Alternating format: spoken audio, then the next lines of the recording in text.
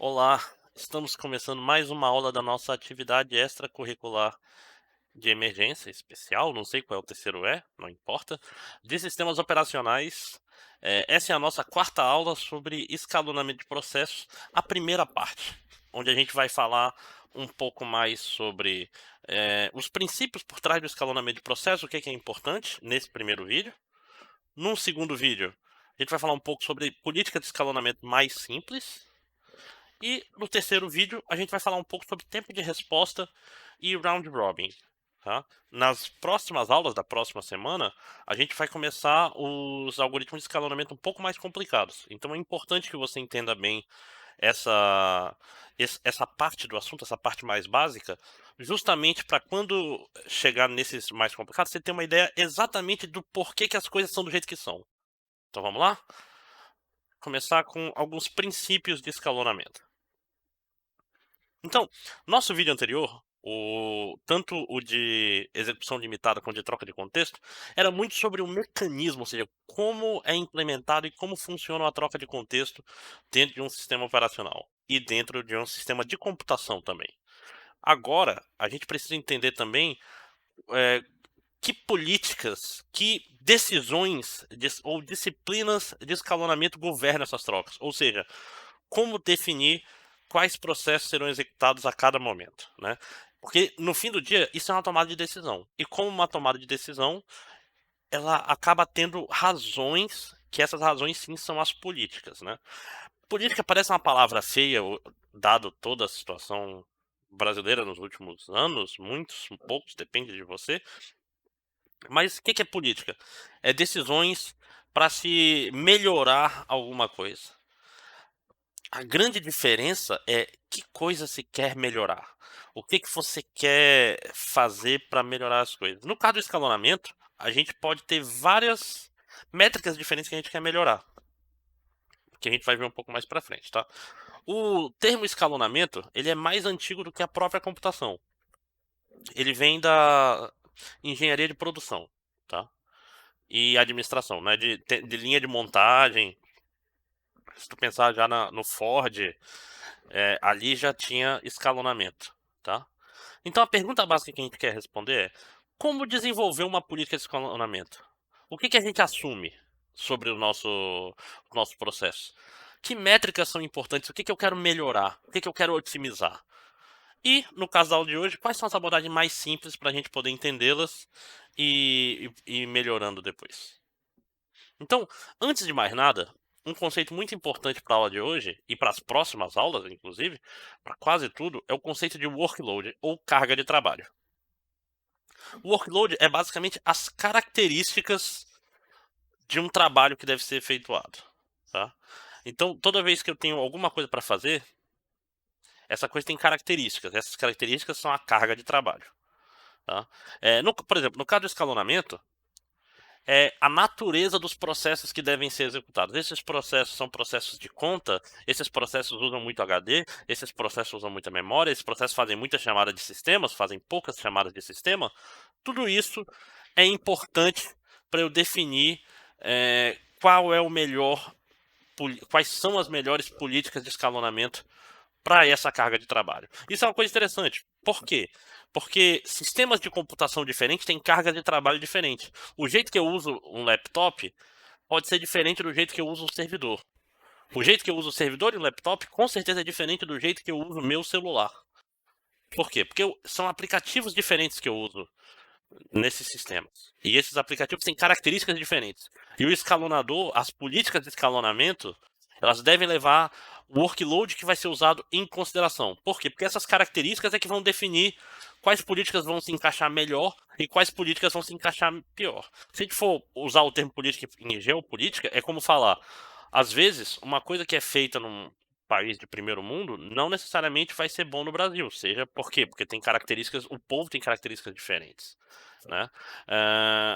Não necessariamente físicas, mas tem características atuais. Né? Então, tudo tem que ser adaptado para as características inatas de quem está sendo, dos processos que estão sendo afetados pela sua política. Tá? Isso é muito importante. Tanto é que algoritmos que eram bons antigamente não são bons hoje. Por quê? Porque mudou como se usa computadores, certo? Então, na aula de hoje, a gente vai começar com uma carga de trabalho pouco realística, bem simples, mais parecida com as cargas de trabalho que tinham nos anos 50, 60, para a gente ver como elas levam a algoritmos simples, e a gente vai relaxando as restrições que a gente vai botar para deixar ele cada vez mais complexo, e com isso a gente vai vendo que os algoritmos simples começam a não funcionar mais. Então a gente sempre vai ver várias características e eu vou relaxando elas aos poucos. Então, ó, inicialmente, as nossas características vão ser essas 5. Sim, né? Primeiro, então, essas características são do quê? Lembrando, a gente tá falando de escalonamento, né? Escalonamento, lembrando dos processos eu tô ficando bom já de desenhar esse negócio. Mentira, não estou não, continuo ruim. Então tem uma setinha pra cá, outra seta pra cá, uma seta pra cá e uma seta pra cá. E aqui a gente tem os prontos, aqui o executando. Isso é um E, aqui o bloqueado. Eu botei um R na aula passada. R não é legal. Aqui pra cá, aqui pra cá, aqui pra cá e aqui pra cá. Certo? Então vamos lembrar o que é o escalonamento. O escalonamento é basicamente, dado que a CPU está livre, eu quero escolher um dos processos que está pronto para ser executado. Então eu vou ter vários processos e eu tenho que definir um deles para ser rodado nesse momento. Então, nesses primeiros algoritmos que a gente vai ver agora, a gente vai ter na fila de prontos aqui, na lista de prontos, processos com essas características. Primeiro, todos precisam rodar a mesma quantidade de tempo para terminar. Ou seja, todos os processos são do mesmo tamanho. São como se todos os processos forem iguais e todos têm o mesmo tamanho. Então, vamos dizer que cada processo tem 3 processos e cada processo vai levar 10 segundos para terminar. Tá? Então, eu não tenho diferença de tamanho entre esses processos. Segundo, todos os processos chegaram juntos ao escalonador. Tá? Então, não tem quem chegou antes ou quem chegou depois. Todos chegam ao mesmo tempo. Terceiro, não existe preempção por enquanto. Então, a gente está pensando em escalonamento sem preempção. Ou seja, o processo entrou aqui, ele vai executar até ou ser bloqueado ou terminar. Tá? Então, não vai ter essa aqui por enquanto. Certo? Quarto, todos os processos só usam CPU. Não tem entrada e saída. Ou seja, se não tem entrada e saída, não vai ter leitura, nem escrita, nem outra chamada de sistema, então ele não vai ser bloqueado. Então, ó, esses dois juntos, 3 e 4, fazem com que se o processo começa a executar, ele vai executar até terminar. Tá? E 5, eu sei quanto, não só todos vão ter o mesmo tempo, mas eu consigo dizer quanto tempo falta para o processo terminar.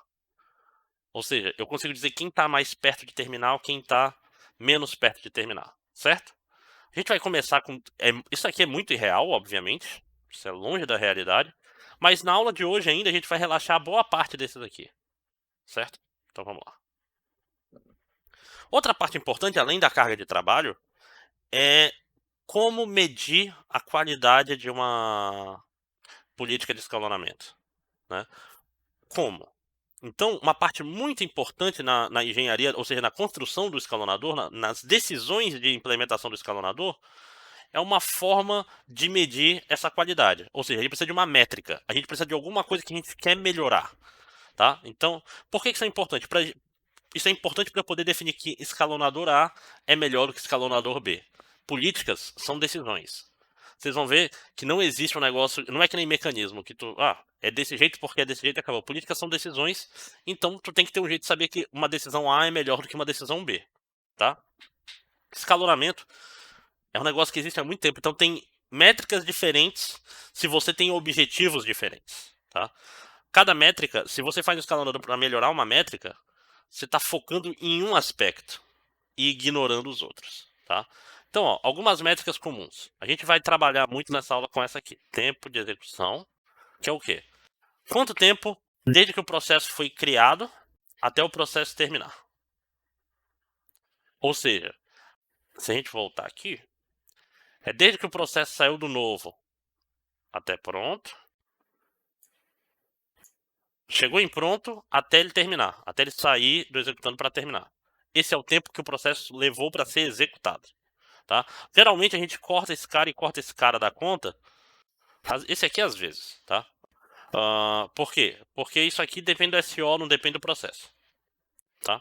Então, tempo de execução é tempo final menos tempo inicial. E acabou.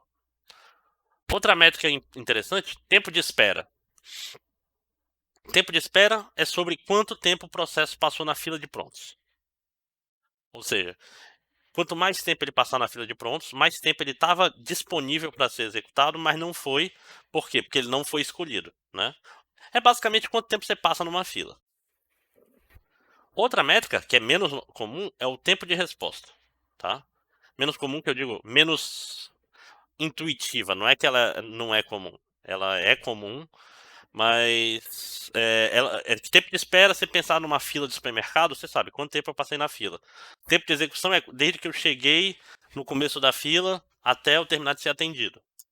Já tempo de resposta é simplesmente desde a primeira vez, o tempo desde que ele foi criado até a primeira vez que ele foi executado, tá? E principalmente quando tem preempção, ele pode voltar para pronto, não pode? E esse tempo que ele continua na fila depois da primeira execução é ignorado. O tempo de resposta é quanto tempo demorou para esse processo começar a rodar, desde que ele foi criado, né? Se tu pensar no computador, tu clica 2 vezes no ícone, é o tempo que ele demora para abrir. Esse é o tempo de resposta.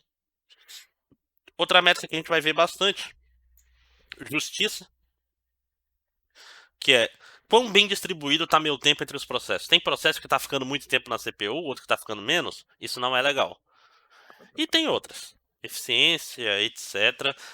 Atualmente, o pessoal tem focado muito em justiça para desktop, tá? E a gente vai ver isso daqui, acho que umas 2 ou 3 aulas. Então, o tempo de execução, também conhecido como turnaround, ou turnaround time, é o tempo que o processo passou no sistema desde a sua criação. Ou seja, é o tempo que o processo terminou, ou seja, aqui o tempo completo, menos o tempo de chegada. Então, o tempo completo, menos o tempo de chegada. É o turnaround. Então, uma coisa interessante, como a gente está com, deixa eu ver, essa restrição aqui, ó, A2, atualmente, qual é a A2? Todos os processos chegam ao escalonador ao mesmo tempo. Como a gente está com essa restrição, todos os processos chegaram juntos. Então a gente pode dizer que todos chegaram no tempo zero, porque tanto faz o tempo antes dos processos chegarem, né? Então, nessa situação, e só nessa situação, o turnaround é o tempo de completo. Ou seja, é a hora que esse processo terminou. Mais para frente, a gente vai tirar essa restrição e isso vai mudar, tá? Ok. Então, continua no próximo vídeo, onde a gente vai ver as 3 mais simples métricas, políticas de escalonamento. Até já.